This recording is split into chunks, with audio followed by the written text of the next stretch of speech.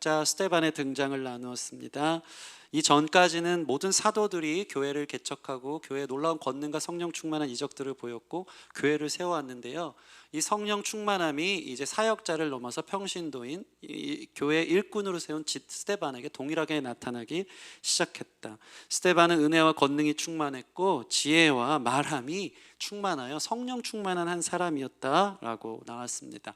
그가 민간에서 자기의 삶의 자리에서 사도들과 버금가는 얼마나 멋진 복음의 증인으로 살아갔는지, 사도들의 뒤를 이은 확장된 스토리가, 새로운 강줄기가 삶의 현장 속에서 이어지는 놀라운 사건이 이제 사도행전에서 시작된 것, 그 물꼬를 튼 것이 스데반이라고 이야기했습니다. 스데반은요 정말 말뿐만 아니고 그의 얼굴이 천사와 같이 빛나서 모든 상황 속에서 하나님이 함께 하심으로 인한 평안과 기쁨이 그의 얼굴에 표지가 된 것을 보게 됩니다. 우리 주연 형제가 오늘 천사와 같이 얼굴이 밝습니다. 어느 곳에 가든지. 우리 옆 사람과 좀 인사할까요? 당신 얼굴이 천사 같네요. 네. 그래요. 아멘. 정말 여러분의 얼굴이 천사처럼 매일 주님 때문에 우리의 상황과 환경에 상관없이 빛나는 그리스도인들의 얼굴을 하는 저와 여러분 됐으면 좋겠습니다. 이렇게 억울하게 재판장의 스데반이 지난주에 보니까 재판장에 올라오지 않았습니까? 스데반은 그렇게 말한 적이 없는데 거짓 증인들 세워가지고 모세의 율법과 예루살렘 성전에 대한 비난을 앞세우고 이것을 해하려 했다라는 이 거짓 증거라는 덕목으로 일종의 누명을 쓰고 스데반은 사내들인 공의회의 피고인으로 서서 오늘 재판장 위에서 마지막 변론을 하기 위해 서 있는 것입니다. 절체절명의 위기죠. 근데 참 놀라운 게 오늘 1절 보면 이 대제사장이 이제 이게 사실이냐, 너 이 증거대로 사실이면 넌 이제 끝난다. 이 율법에 어긋나는 일, 하나님을 모독했기 때문에 돌에 맞아 죽을 일이 있는데 한번 마지막 입이 있다면 말해봐라 라는, 이 어떻게 보면 너무나도 두렵고 또 자신의 이 억울한 누명을 인해서 미래가 암울한 현장 속에 있음에도 불구하고요, 오늘 저희가 읽은 것처럼 아주 구구절절 아주 장연설을 하면서 구약의 모든 내용들을 관통하는 성령 충만한 설교, 원고 하나 없는데 거침없이 아주 유려하게 그 말씀을 전하는 성령 충만한 담대한 스데반의 설교를 우리가 읽어나간 것입니다. 마치 영화 영웅을 보면요, 안중근 군이 마지막에 일본 법정에 죄인으로 서잖아요. 근데 그의 얼굴은 죄인의 얼굴이 아닙니다. 오히려 앉아있는 일본 법정군에 있는 이 재판관을 향해 누가 죄인인가, 내가 죄인이냐, 누가 죄인이냐 하는 것을 거침없이 쏟아내는 것처럼 스데반은 이 법정에 서서 대제사장에 대한 질문에 일종의 항론, 항변, 그리고 우리에겐 설교가 되겠죠, 연설을 시작한 것입니다. 스데반의 영적인 안목이 얼마나 대단했는지 구약을 쫙 깹니다. 하나님이 어떻게 이스라엘 수천 년의 역사 속에서 지금까지 우리를 인도하셨는지, 변함없는 하나님의 사랑을 곳곳에 심어놔서 아브라함, 믿음의 조상 아브라함부터 지금까지 술술 깨면서 설교를 했고, 놀라운 것은 그 가정 속에 변함없는 이스라엘 백성들의 모습, 변함없는 사랑에 대한, 변함없이 완고하고 교만하고 하나님을 향해 거절했던 이스라엘 문화의 조상들의 모습을 거침없이 폭로하고 있는 모습들이 보여지는 것입니다. 여러분, 오늘 이 두 긴장 속에서 변함없는 하나님의 사랑과 변함없는 나의 인생의 지난 시간들을 좀 이 스데반의 설교를 통해서 같이 바라보면서, 나에게 있어서 주님은 언제나 찾아오셨고 나를 구원하시려고 변함없이 신실한 사랑으로 다가왔는데, 그 사랑에 반응하는 나는 이스라엘 조상 역사들과 같이 늘 거역하고 필요할 때만 주님을 원했고 배반하면서 무지했던 삶은 아니었나, 그런 우리 자신을 바라보는 귀한 시간이 됐으면 좋겠습니다. 물론 이 설교를 통해서 이 천국에서 스데반 집사님이 이 설교했기 때문에 직접 오셔서 또 설교해 주시면 좋겠지만, 성령께서 오늘 스데반의 설교의 현장으로 저와 여러분들을 옮겨가서 그곳에서 직접 듣고 거기에 대한 우리의 반응들이 주님 앞에 회개함으로 나타나는 귀한 시간이 되기를 소원합니다. 이 스데반은 기다렸다는 듯이 이 거짓 고발로 시작된 재판 속에서 이제 연설을 시작합니다. 2절 보면 스데반이 이르되 여러분 부형들이여 들으소서 하면서 그의 연설을 시작하고 있습니다. 이 부형들이라 하면 말 그대로 아버지와 형제들이라는 것입니다. 다시 말해서 앉아있는 이 서기관, 재판관들, 종교 지도자들, 유대인들 향해서 그는 그들의 긴장된 모습, 이 적대감을 환기시켜 주듯이 여러분은 나의 형제입니다. 여러분은 저의 아버지와 같은 가족입니다. 저는 적대감이 없습니다. 제가 하는 소리를 들어보십시오. 서로 적대감 속에 쳐다보고 어떻게 책잡기에서 쳐다봤던 그들이 우리를 형제요 가족이라고 말한다고 하면서 이 환기시키면서 주목하게 하는 것이죠. 그들은 이 도끼를 품고 보고 있다가 이 첫 마디를 통해서 팔짱을 끼고 어디 한번 얘기해 봐라, 내가 들어볼게 하면서 일단락하며 마음이 내려앉는 그런 분위기를 우리가 생각해 볼 수 있습니다. 스데반은 이 연설을 통해서 그러나 이 부형들 나도 똑같은 사람인데 하면서 우리가 어떤 과거가 있었는지에 대해서 정말 뼈 때리는 연설을 시작하는데, 이 긴 본문을 제가 짧게 오늘 요약하여 설명하여 드리면서 우리가 누구인지에 대해서 같이 바라보는 시간 됐으면 좋겠습니다.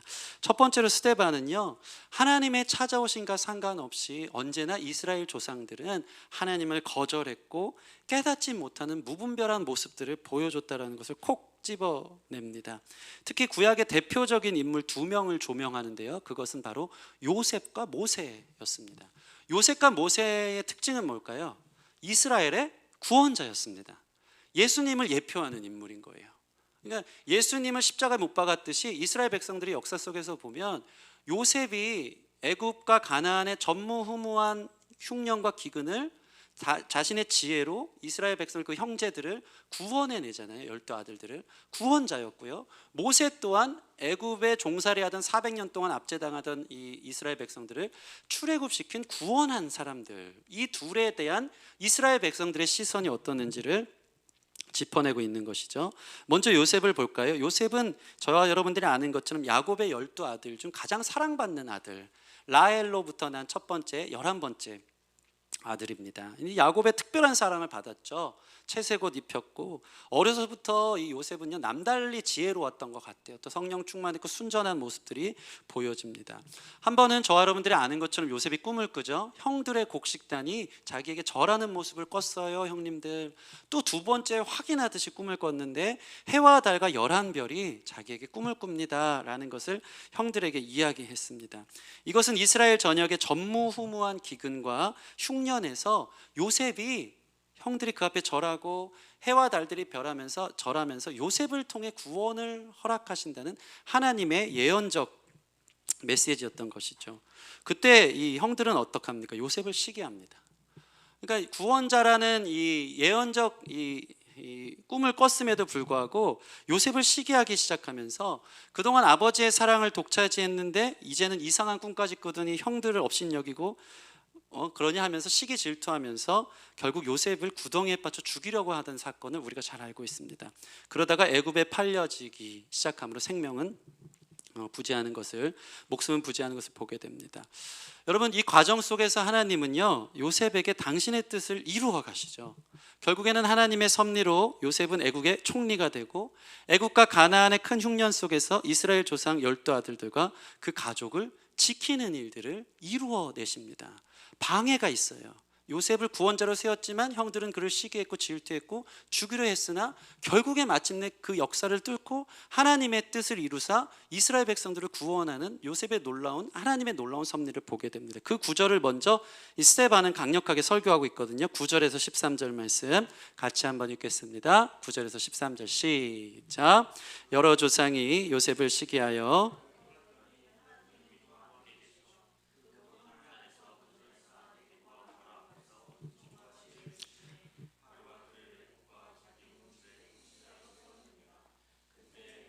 가나안 온 땅에 흉년이 들어 큰 환란이 있을새 우리 조상들이 양식이 없는지라 야곱이 애굽에 곡식이 있다는 말을 듣고 먼저 우리 조상들을 보내고 또 재차 보내매 요셉이 자기 형제들에게 알려지게 되고 또 요셉의 친족이 바로에게 드러나게 되니라. 아멘. 여러분, 여기서 보면 결국엔 하나님의 뜻이 이뤄서 요셉이 애굽의 총리가 되고요, 애굽과 가나안에 먹을 것을 준비하는 지혜를 발동하기 시작합니다. 그래서 먹을 것이 없어서 첫 번째 야곱이 그 11형제들을 보내기 시작합니다. 이 애굽 땅으로 보내는데 첫 번째 이 12절 보면은 야곱이 애굽에 있는 곡식이 있다는 말을 듣고 먼저 조상들, 형제들을 보내는데 그때 요셉을 알아봅니까? 못 알아봅니까? 알아보지 못합니다. 이게 되게 중요한 스데반의 포인트예요. 13절 보면 또 재차 보냈는데 우리가 이 오늘 구절을 보면 요셉이 자기 형제들에게 알려지게 되고라는 것을 보면 잘 이해가 안 되지만 다른 버전을 보면요 이렇게 나와요. 새 번역 또는 현대어 성경을 보면 그리고 두 번째 다시 보냈을 때 요셉은 형제들에게 자기가 누구인지 알렸다. 뭡니까? 형제들이 요셉을 자기의 동생이고 구원자로 깨달아 본 게 아니고요, 요셉이 직접 내가 총리가 됐어요, 하나님이 나를 여기까지 인도했어요, 저는 당신들의 아우입니다 하면서 자기가 직접 이 땅의 구원자라는 사실을 알려줌으로 형제들이 깨달았다는 것입니다. 영어 성경을 보면요 요셉이 made known 했다, 알도록 만들었다, told 이야기했다, 내가 구원자가 됐다라는 것을 말했기 때문에 형들이 총리이고 동생인 것을 깨닫기 시작합니다. 이것은 놀라운 스데반의 포인트입니다. 자, 첫 번째로 요셉을 보냈는데 이스라엘 선지자요 구원자 같이 하나님 쓰시려고 보냈는데 형들이 어떻게 했죠? 요셉을 시기하고 질투했다. 두 번째, 그가 누군지 끝내 알아보지 못했다라는 게 포인트라는 것입니다. 형들은요 깨닫지도 못했고 분별력이 없어서 요셉이 자신들을 구원하고 있다는 사실을 알 수 없었다. 그러나 요셉이 알려줬기에 가능했다. 예수님처럼 요셉을 거절했고 요셉이 구원자라는 사실을 그들은 깨닫지 못하고 시기하고 질투했다라는 예수님과 똑같은 모습이 요셉을 향해 나타나고 있는 것을 보게 됩니다. 또 모세를 설명할 때도 마찬가지입니다.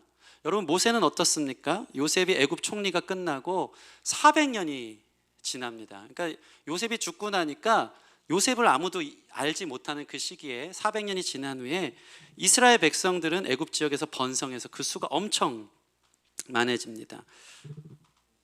죄송합니다.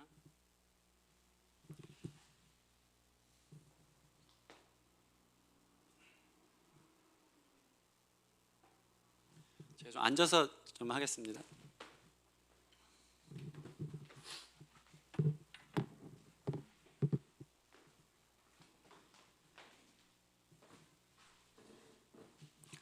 네, 갑자기 앉은 기가 설명해 드리겠습니다. 그 요셉이 이 애굽 총리가 끝나고 400년이 지난 뒤에 아무도 요셉을 기억하지 못했던 시기가 있는 것이죠. 근데 이스라엘 백성들은 이 애굽 지역에서 하나님의 뜻이 이루어지죠. 마침내 200만 300만 되는 수의 번성이 이루어지고 약속의 땅 가나안으로 갈 수 있는 주님의 준비하심을 우리가 볼 수 있는 것입니다. 애굽은 이러한 이스라엘 민족의 번성에 그러나 위기를 느끼죠. 이 노예들로 그때부터 삼으면서 200만이나 되는 사람들을 더 이상 번성하지 못하게 하기 위해서 고된 노역을 시키고 2살 밑에 남아들을 다 학살하는 바로왕의 역사를 우리는 출애굽기를 통해 알 수 있습니다. 그 내용이 17절부터 19절까지 나오거든요. 같이 읽겠습니다. 17절부터 19절 시작. 하나님이 아브라함에게 약속하신 때가 가까움에 이스라엘 백성이 애굽에서 번성하여 많아졌더니 요셉을 알지 못하는 새 임금이 애굽 왕위에 오르매 그가 우리 족속에게 교활한 방법을 써서 조상들을 괴롭게 하여 그 어린 아이들을 내버려 살지 못하게 하려 할세. 무슨 소리입니까? 하나님이 모세를 따로 구별하여 선지자로 세우시고 모세가 예수님과 같은 구원자요 하나님의 선지자로 이스라엘로 이제 보내는데 그 과정 속에서 다 아이들이 죽을 때 하나님이 그 사실을 깨닫고 모세를 따로 건지셔서 세 달 동안 아이를 품게 하잖아요. 그리고 나서 갈대 상자에서 그 생명을 구원하셔서 이 바로 왕의 공주에게로 인도하였고 그 모세를 결국 누가 키우죠? 모세의 생모인 엄마가 젖 먹이를 키워주면서 모세를 통해서 마침내 그 구원의 역사를 이루어가는 것을 봅니다. 모세를 또 구원자로 예수님과 같은 구원자로 세운 거예요. 그래서 이 스데반은요 22절 보면 모세가 애굽 사람의 모든 지혜를 배워 그가 그의 말과 하는 일이 능하더라 라는 이 표현이 되게 중요한데 이게 뭐냐면 예수님과 같다라는 것을 스데반이 그의 통찰력으로 보고 있는 것입니다. 누가복음에 보면요 누가복음 24장 19절 보면 예수님에 대해서 이렇게 표현되어 있어요. 이르시되 무슨 일이냐 이르되 나사렛 예수의 일이니 그는 하나님과 모든 백성 앞에서 말과 일에 능한 선지자다. 그러니까 예수님이 말과 일에 능한 선지자였다. 근데 스데반은요, 모세가 그런 사람이라고 지금 표현하고 있습니다. 이건 출애굽기에 나오는 강해가 아니에요. 출애굽기에서는 모세가 어려서 그냥 자랐지 애굽의 학문을 배워서 지혜가 뛰어났고 그의 말과 하는 일이 능하다는 표현이 없습니다. 근데 스데반은 통찰력 있게 이것을 설교에 인용하여서 예수님과 같은 구원자의 길을 예표하는 성령 충만한 사람이었다고 딱 이야기를 하고 있습니다. 그런데 어떡합니까? 이스라엘 백성들이 이 모세가 하나님의 구원자라는 사실을 압니까? 그렇지 않습니다. 모세 또한 거절하고 적대시하는 내용이 나옵니다. 37절 말씀. 먼저 40세가 됐을 때니까요. 우리 22절 말씀 함께 보겠습니다. 23절 말씀 시작. 나이가 40이 되매 그 형제 이스라엘 자손을 돌볼 생각이 나더니 한 사람이 원통한 일 당함을 보고 보호하여 압제받는 자를 위하여 원수를 갚아 애굽 사람을 쳐 죽이니라. 25절 같이. 그는 그의 형제들이 하나님께서 자기의 손을 통하여 구원해 주시는 것을 깨달으리라 생각하였으나 그들이 깨닫지 못하더라. 이게 무슨 말입니까? 이것도 되게 스데반의 관점인데, 사실 출애굽기에 보면 모세가 우발적으로 자기 동료를 괴롭히는 애굽 군인을 죽이는 내용이 나오는데, 스데반은 그렇게 보는 게 아니에요. 나이 40에 모세가 부르심을 받아서 이 구원에 대한 뜨거운 갈망이 생긴 거예요. 그래서 24절 보면 한 사람이 원통한 일 당함을 보고 보호하여 압제받는 자를 위하여 원수를 갚아 애굽 사람을 쳐 죽인다. 그 안에 의분이 있었고 구원자로서 이 백성을 어떻게 구원해 낼까에 대한 하나님의 부르심이 있었기 때문에 애굽 사람을 쳐 죽이면서 구원해 낸 사실입니다. 그런데 이스라엘 사람들의 반응은 어떻다고? 25절 보면 깨달으리라 생각하였으나 그들이 깨닫지 못하더라. 하나님 구원자 보냈는데 계속 깨닫지 못하는 거예요. 그리고 오히려 어떻게 합니까? 27절 같이 읽겠습니다. 27절 시작. 그 동물을 해치는 사람이 모세를 밀어뜨려 이르되 누가 너희를 관리와 재판장으로 우리 위에 세웠느냐. 이게 무슨 말입니까? 모세가 하나님의 구원자로 당신의 일을 하려고 하는데 사람들이 그러는 거예요. 누가 너를 우리 관리와 재판장으로 세웠냐. 이거 가만 보니까 우리 하나님을 대하는 우리랑 너무 똑같은 것 같아요. 하나님이 우리 삶에 있어서 우리가 하나님을 이용해 먹을 때, 뭔가 필요할 때, 힘들 때는 막 찾습니다. 기도도 많이 하고 삶이 무거울 때는, 어려울 때는 하나님 도와주세요 하는데, 하나님이 우리 삶에 뭔가 간섭한다고 생각할 때 사실 그것이 나를 향한 구원이거든요. 우리 삶이 내가 원하는 대로 되지 않고 사실 그것이 나에 대한 하나님의 복일 수 있거든요. 독이 아니고 복이 될 수 있는데, 우리는 그럴 때마다 하나님 앞에 똑같이 얘기할 때가 있어요. 누가 당신을 우리 관리와 재판장으로 우리 위에 세웠습니까? 하나님, 여기까지는 들어오지 마세요. 간섭하지 마세요. 제 삶을 다 까발려서 다 알고 싶어 하지 마세요. 저는 하나님 필요 없는 구역이 있고요, 이 부분만큼은 당신을 나의 관리자 재판관으로 세운 적 없습니다. 하나님 더 이상 들어오지 마세요. 무지함과 무분별함 속에 하나님 우리를 구원하러 오시는데 종교적으로 필요한 것만 얻어낼 뿐 하나님 가까이 오는 것에 대해서는 하나님 저리 가주세요. 하나님 없어주세요. 하나님 그냥 내 삶에서 사라져 주세요 하는 이 불신앙의 모습들이 동일하게 있다라는 것을 이 스데반은 보여주고 있습니다.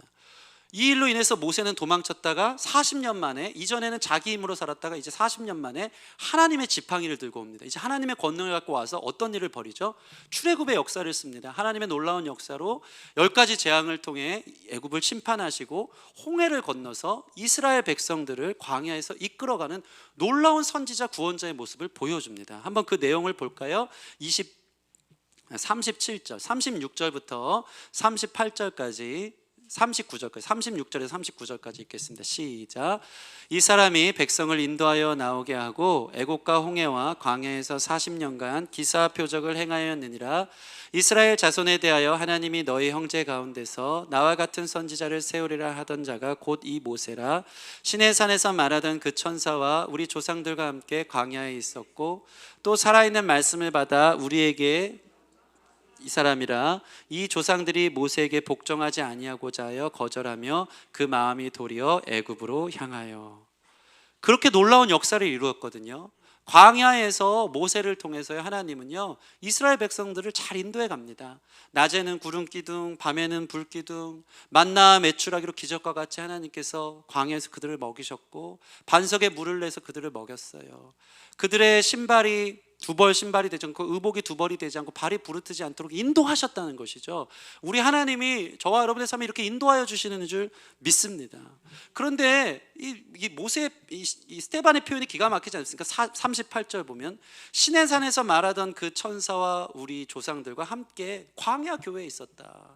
모세가 교회를 개척해서 광야 속에서도 너희를 보호하고 인도하셔서 우리의 구원자요 선지자로 하나님 세우셨다는 겁니다. 또 살아있는 말씀을 받아 우리에게 주던 자가 이 사람이라, 살아있는 말씀을 모세를 통해 날마다 주었다는 거죠. 근데 이스라엘 백성들의 태도가 어떡하죠? 어떻죠? 39절 보니까 모세에게 복종하지 아니하고자 하여 거절하며 그 마음이 도리어 애굽으로 향하거늘. 자, 스데반의 설교를 보세요. 요셉도 모세도 하나님 구원자로 세웠지만 그를 멸시했고 질투했고 시기했고 거절했고 깨닫지 못했고 배척했다. 누구처럼? 예수님처럼. 이게 이스라엘 조상들의 역사라는 것을 보여주고 있는 것입니다. 또 어떤 일을 벌입니까? 41절 보니까 하나님 보이지 않는다고 해서 그들은 이제 우상을 만들어 섬기기까지 합니다. 이때 여러분, 왜 이들이 이스라엘 백성들이 우상을 만들었죠? 모세가 40일 동안 보이지 않았던 것이죠. 40일 동안 뭐 하고 있었습니까? 잠자고 있었습니까? 그렇지 않죠. 하나님 품에서 하나님의 계명을 받고 하나님의 말씀을 잘 증거하게 준비하고 있었던 것입니다. 근데 이스라엘 백성들은요, 하나님이 우리를 버렸는지, 다른 이방신들은 다 보여지는 신이 있거든요. 그래서 거기 보여지는 신 앞에 종교적 의무를 다하고 우상처럼 잘 섬기면 기브앤테이크, 자판기처럼 원하는 걸 얻을 수 있었단 말이죠. 근데 모세도 없어지고 하나님도 없어지고 보니까 하나님 우리 버렸나 하는 마음이 있어서 그 자리에서 금송아지를 만들어서 우상처럼 섬기면서 하나님을 비인격화하는 거예요. 여러분, 우리의 삶에 때로는 하나님이 보여지지 않는 것 같아도 하나님이 여전히 일하고 있음을 믿는 저와 여러분 되었으면 좋겠습니다. 믿음으로 기다리는 거예요. 그게 신앙인의 태도인 겁니다. 보이지 않으니까 우상 만들지 마세요. 다른 것, 다른 소망, 다른 절대가치, 이게 나를 구원할 거야. 하나님 보이지 않고 하나님 지금 내 삶에서 나타나지 않는다고 해서 주무시는 분이 아닙니다. 하나님 우리를 위해 일하고 계십니다. 이것을 기다리는 것이 믿음의 사람의 덕목이지, 안 보인다고 사람 찾아가고 돈 찾아가고 다른 우상들 만들어서 섬기는 사람들 되지 않기를 바랍니다. 광야에서 이스라엘 백성들은요, 늘 다신론, 하나님이 구원했음에도 불구하고 하나님은 전쟁엔 능하시다, 아멜렉으로부터 우리를 구원하신 분은 맞는데 부유하게 하고 풍요롭게 하는 건 아닌 것 같다. 왜? 광야로 인도하고 늘 만나나 먹게 하고 늘 배고프게 사는 거 보니까 하나님 그런 신은 아닌 것 같다 하면서 오늘 말씀을 보니까 43절 보면 이방신을 우상으로 만들어서 섬깁니다. 몰록의 장막, 신 레판의 별. 몰록의 장막은 뭡니까? 암몬의 우상인데 이 몰렉이라고 하거든요. 몰렉은요, 얼마나 흉악한 우상이냐면 몰렉에게는요, 자기 아들을 산 제물로 바치는 제사가 있었어요. 마치 이 다큐 나는 신이다에 나오는 것처럼 완전 종교 억압과 폭력 속에서 원하는 거 다 얻어내기 위해서 강압적으로 착취했던 것에 이스라엘 백성들이 아들을 바치면 복 받는다고 생각했기 때문에 너무 인격이 없어요. 이 종교적에 빠진 거예요. 그래서 내가 이렇게 하면 당신은 주시니까 그걸 원하는 거죠. 이 레판의 별은 토성신을 말해요. 별을 보면서 섬겼던 거, 보여지는 우상들을 섬깁니다. 이것이 확대돼서 어떤 일이 벌어집니까? 하나님이 다윗과 솔로몬을 통해 아름답게 성전을 지어 주셨는데 그 성전 자체가 우상화가 되는 거예요. 성전에만 하나님이 계시다, 보여지는 걸 우상으로 만드는 겁니다. 그래서 성전 와서 성전에서 예배 드릴 때 복 받고 성전 오지 않으면 큰일 날 것처럼, 여러분 오늘 여러분들이 교회 왜 나왔습니까? 교회에 와야지만 내가 한 주 동안의 삶이 찝찝하지 않고 그래도 뭔가 일이 좀 잘 풀릴 것 같고, 그런 종교 우상으로 이 자리에 온 사람들이 아무도 없는 줄 믿습니다. 성전을 우상으로 만들고요, 나아가서 율법도 우상으로 만들어요. 이거 지켜야 구원받는다. 하나님 그런 분 아니거든요. 스스로의 공로, 스스로의 종교적 의무의 재단 속에 자기를 넣고 나는 이거 지켰으니까 구원받고 다른 사람 지키지 못했으니까 종교제도들이 그들을 업신여기고 격차를 만들면서 자력 구원을 만드는 이 우상의 세계를 만드는 것을 본다는 것입니다. 그러니까 지금 이 스데반이요, 그의 설교를 나긋나긋 원고도 없지만 쭉 이어가면서 하나님의 신실하신 역사 속에 이스라엘 너희 조상들이 어떠한 태도로 하나님을 대했는지에 대해서 일종의 계속해서 로우킥을 이제 계속 날리고 있었던 거예요. 뼈 때리는 설교를 한 거예요. 그러나 너희는 이렇게 대항하지 않았냐? 그러나 너희는 하나님이 보낸 선지자들을 다 멸시하지 않았냐? 나중에는 그 종들을 보내다 못해 그 아들까지 보냈는데 마치 포도원의 농부들처럼 아들이 왔으니까 이 아들까지 죽이면 그 모든 상속을 우리가 받지 않겠느냐는 예수님의 비유처럼 결국 예수님까지 십자가에 못 박아 죽인 것이 너희가 아니냐라고 그들의 폐부를 찌르는 설교를 스데반을 통해서 전달하기 시작한 것입니다. 그의 마지막 설교가 그래서 이렇게 나옵니다. 51절부터 한번 51절 같이 읽겠습니다. 시작. 목이 곧고 마음과 귀에 할례를 받지 못한 사람들아, 너희도 너희 조상과 같이 항상 성령을 거스르는도다. 여기서부터 갑자기 이 사람들이요, 연설을 듣던 사람들이요, 분개하기 시작합니다. 어디 일개의 사도도 아니고 교회 일꾼 평신도가 우리를 향해서 이스라엘 역사에 대해서 저렇게 비꼬듯이 얘기할 수 있는가? 자기들을 못 보는 거예요. 하나님의 말씀이 그들을 콕콕 찔렸을 때 그들은 찔림은 있었지만 이 찔림에 대해서 회개하는 사람이 있는가 하면 죽이려고 달려드는 사람들이 있었던 것이죠. 저는 마찬가지라고 생각합니다. 오늘 설교를 통해서 비단 수천 년의 이스라엘 역사를 보면서 그들의 역사라고 할 수 있을까요? 이것은 저와 여러분의 이야기가 아니냐 이 말입니다. 여러분, 하나님은요, 우리를 향한 구원을 쉬지 않고 신실하게 이루어 가시는 사랑의 하나님인 줄 믿습니다. 요셉이 구덩이에 빠졌어도 하나님은 요셉을 통해 이스라엘을 구원하려 했던 그를 구원자요 선지자로 세웠기 때문에 놀랍지 않습니까? 우리는 그를 저항했고 그를 시기하고 질투해서 내 삶에서 멀리하기 위해서 구덩이에 빠져 죽이려고 했고 애굽에 팔아 넘기려고 했는데 하나님 이것을 역전하십니다. 그래서 요셉을 통해 마침내 당신의 뜻을 이루어서 이스라엘 백성들을 구원해 내시잖아요. 모세라는 사람을 선택해서 늘 저항은 있는 거예요. 마귀의 저항이겠죠. 수많은 아이들을 다 죽이는 상황 속에서 모세는 기적처럼 갈대상자에서 살아나기 시작하더니 애굽에서 자라서 말과 일에 능한 사람이 되기 시작하여 하나님의 구원자로 만드시고 다시 빚으셔서 가시나무에서 보내셔서 마침내는 그를 통해서 놀라운 광야의 역사의 구원의 선지자로 세우시는 일들, 다 모세를 배척했고 거절했고 우상을 섬겼지만 마침내 하나님의 신실한 사랑은 계속해서 우리를 향해 다가온다. 이것이 바로 저와 여러분들을 향한 하나님의 사랑인 줄 믿습니다. 이 사랑에서 부인하고 거부할 사람이 어디 있습니까? 그런데 문제는 뭐죠? 하나님의 신실한 변함없는 사랑에 반해서 여전히 나도 변화되지 않는구나. 이 설교를 보세요. 항상 성령을 너희 조상들과 같이 거스르는도다. 여러분 어떠냐 이 말입니다. 제가 수요 예배 설교를 하면 늘 이렇게 가슴을 칩니다. 수요 예배 설교만 하면요 별로 성도들은 나오지 않는데 제 자신을 너무 읽어주니까요 거기서 막 부흥을 경험하는 거예요. 완전 죽다 살아가는 거예요. 고개를 못 들겠어요. 이게 저라서. 성경에서 읽어주는 이게 저인 거예요. 완전히 낭패감을 경험하는 거예요. 변화되지 않는 나. 예수님 십자가 지러 3번이나 가신다고 하는데 여전히 나는 어떻게 주님을 통해 높아질까? 한 자리 차지할까? 세상 영광에 눈이 가려져서 주님 십자가 지러 가는 게 영광인데 내 앞에 놓여진 십자가가 영광이고 면류관이라고 하는데 우리는 그 십자가는 힘들어요. 하나님 이것은 갖다 치워주세요. 왜 저를 이렇게 고되게 합니까? 그냥 내가 원하는 좋은 자리, 좋은 영광, 세상적인 영광 주세요. 이 설교들을 같이 나누는데 같이 막 울면서 변화되지 않는 나 자신에 대해서 한탄하면서 하나님 앞에 회개하며 쓸 때가 얼마나 많은지. 여러분 이 설교 스데반의 설교를 우리가 오늘 들으면서 우리 자신을 바라보는 귀한 역사가 있길 바랍니다. 항상 성령을 거스르는도다. 깨닫질 못해요. 주님이 얘기하기 전까지. 요셉이 직접 내가 요셉이고 구원자예요 말하기 전까지 그들은 알아보지 못해요. 그리고 배척합니다. 그리고 다른 것 사랑해서 거기에 좋은 것 있거니 하면서 절대 소망을 가지고 하나님 대처음을 우상을 만들어 살아가는 것이 우리 안에 있는 이 모습이 아닌가. 성령을 거스르는 우리의 삶. 예전에 제가 그 이야기를 한 적이 있는 것 같아요. 에스겔 이 환상을 보면 성령의 물이 우리 가운데 스며들기 시작하지 않습니까? 발목에서 무릎까지 차고 무릎에서 허리까지 차고 나중에는 창궐하게 우리 전체를 장악하여 흘러가는 이 환상을 봅니다. 근데 우리의 삶은 어떤가 봅시다. 발목 신앙 뭐라 그랬어요? 성령이 느껴지긴 해요.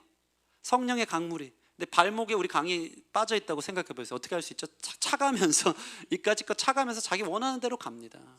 성령이 느껴져. 하나님 살아계심이 나와 함께 하거든요.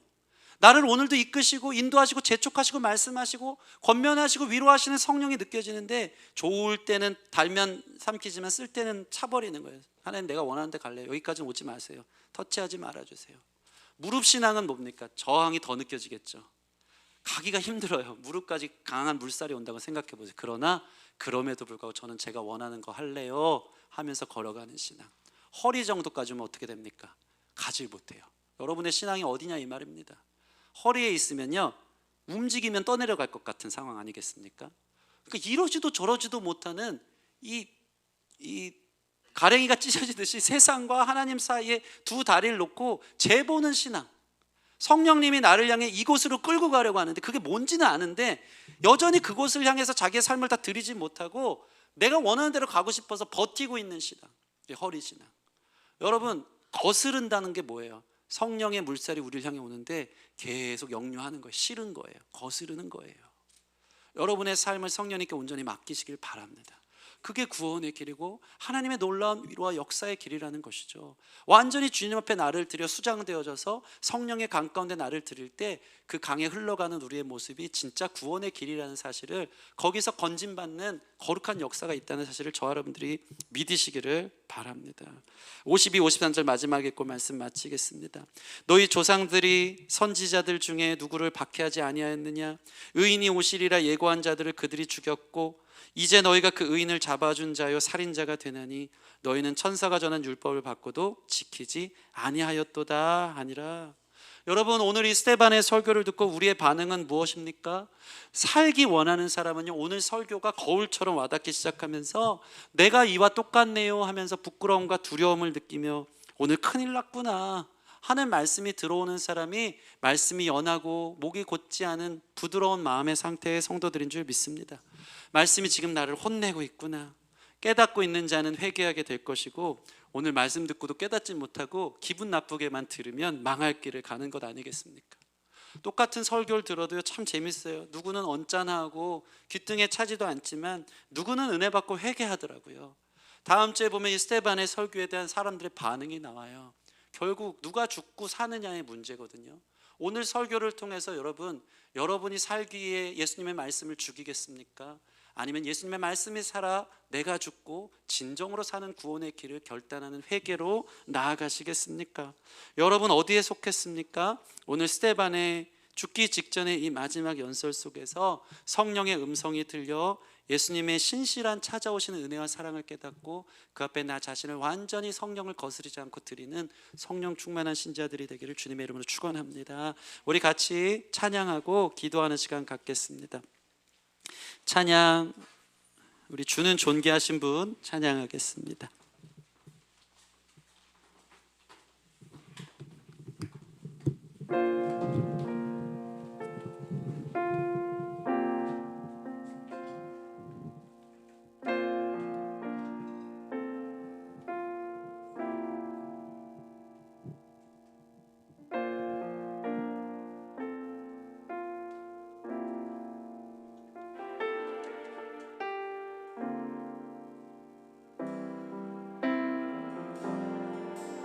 온 성도와 천사, 온 성도와 천사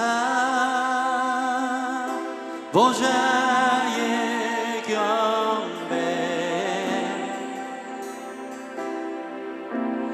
모든 성도들 면류관을 드리네 어린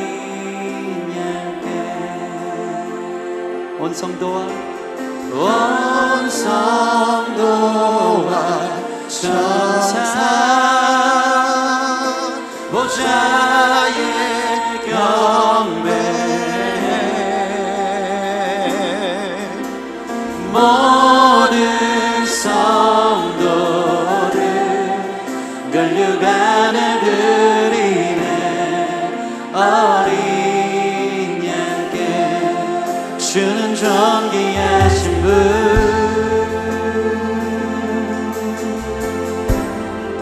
주는 존귀하신 분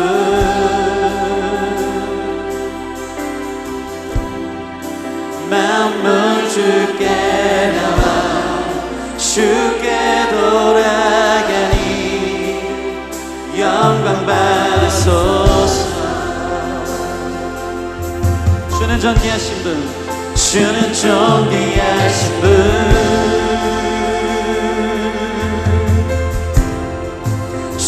존귀하신 분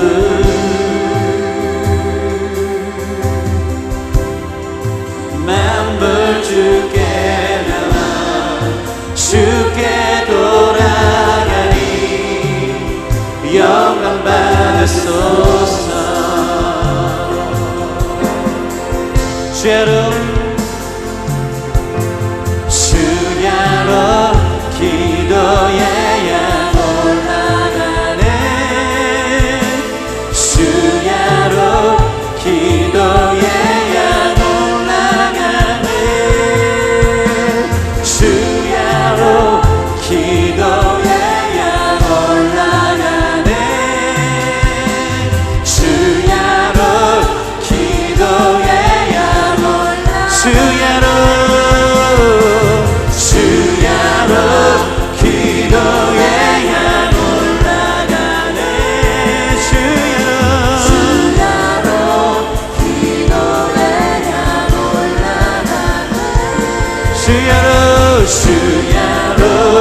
기도해야 올라가네.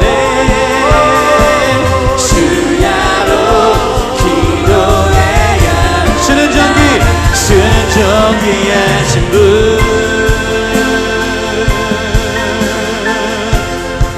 주는 존귀하신 분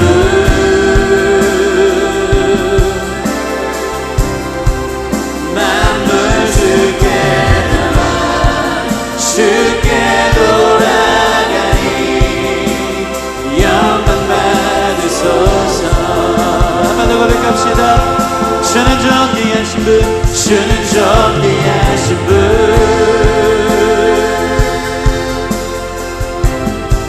주는 존귀하신 분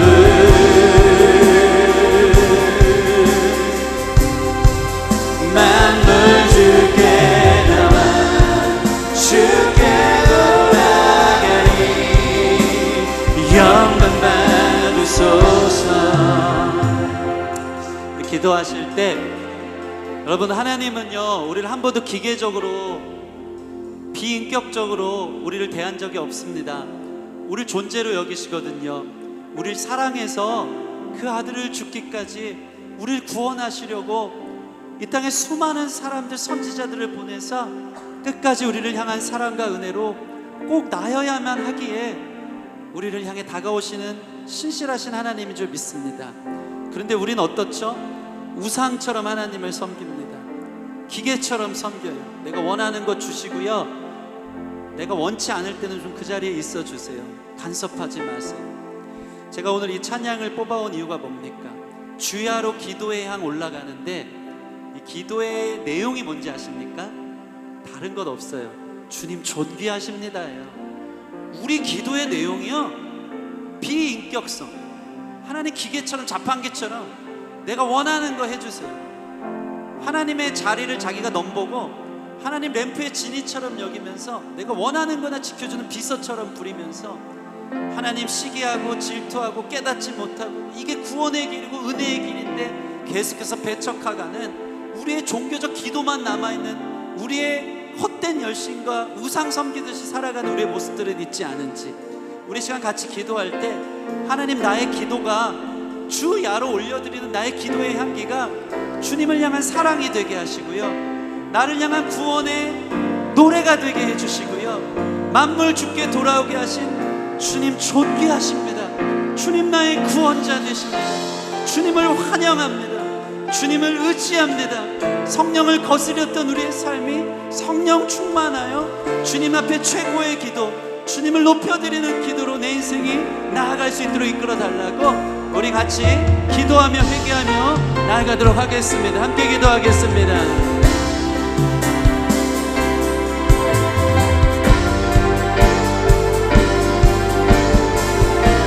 주님 옳습니다. 주님 옳습니다. 모든 상황 속에서 주님 감사합니다. 주님 신실하십니다. 주님이 이끄셔서 우리가 삽니다. 주님을 환영합니다. 성령 충만함으로 저항하지 않고 거스르지 않고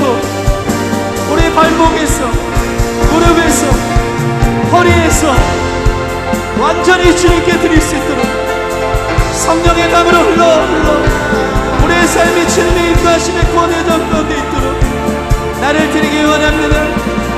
오늘 스데반의 설교를 통해서 우리가 반응하며 깨달으며 주님의 자리에 보좌에 내가 있던 자리에서 내려와 회개하여 구원에 이르는 성령 충만한 성도들 되도록 인도하여 주시기 원합니다.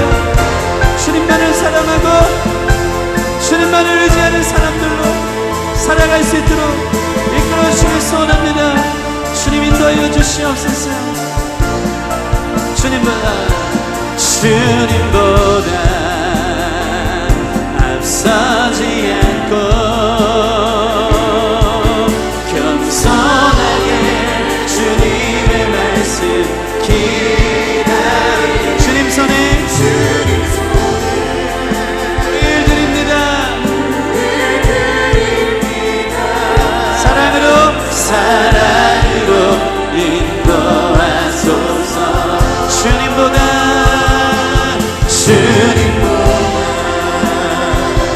앞서지 않고 겸손하게 주님의 말씀 기다리니 주님 손에 우리를 드립니다. 사랑으로 인도하소서. 하나님, 모든 스데반의 설교를 통한 이스라엘의 역사 속에 있었던 그 모습이 바로 우리의 모습임을 보게 하시니 감사합니다. 주님, 우리를 폭로하시고 우리의 찔림이 회개에 이르게 하여 주시옵소서. 주님보다 앞섰고 주님을 이용하기만 할 뿐 내가 하나님의 자리의 중심에 나의 보좌의 주인이 되어져서 하나님 없인 여기며 깨닫지 못하고 무시하고 거절했던 것이 우리의 삶이었음을 주님 앞에 고백합니다. 오늘 주님의 귀한 말씀 앞에 주님의 사랑 앞에 반응함으로 버티고 섰던 자들 있다면, 성령을 거스렸던 자들이 있다면 완전히 주님의 은혜와 사랑과 성령에 사로잡혀 성령의 강 가운데 우리의 삶을 내어 맡길 수 있는 모든 성도들 될 수 있게 하여 주셔서 모든 상황 속에서 마침내 이루시는 주님의 놀라운 구원의 손길을 경험하며 신뢰하며 우리의 모든 상황 속에서 주님 존귀하시다고 고백할 수 있는 찬양의 입술이 있는 성도들 되도록 축복하여 주시옵소서. 주님을 환영합니다. 주님을 우리 삶의 주인으로 모십니다. 회개합니다. 나의 삶의 보좌의 중심에서 내가 내려앉고 주님을 나의 삶의 중심에 모셔드리오니 성령 충만함을 주시고 주님 다른 우상 아니라 주님만을 섬기는 모든 성도들 되도록 축복하여 주시옵소서. 감사 찬양을 올려드리며 예수님 이름으로 기도합니다. 아멘. 그렇게 우리의 주인 되신 주님께 영광의 박수 올려드리겠습니다. 할렐루야.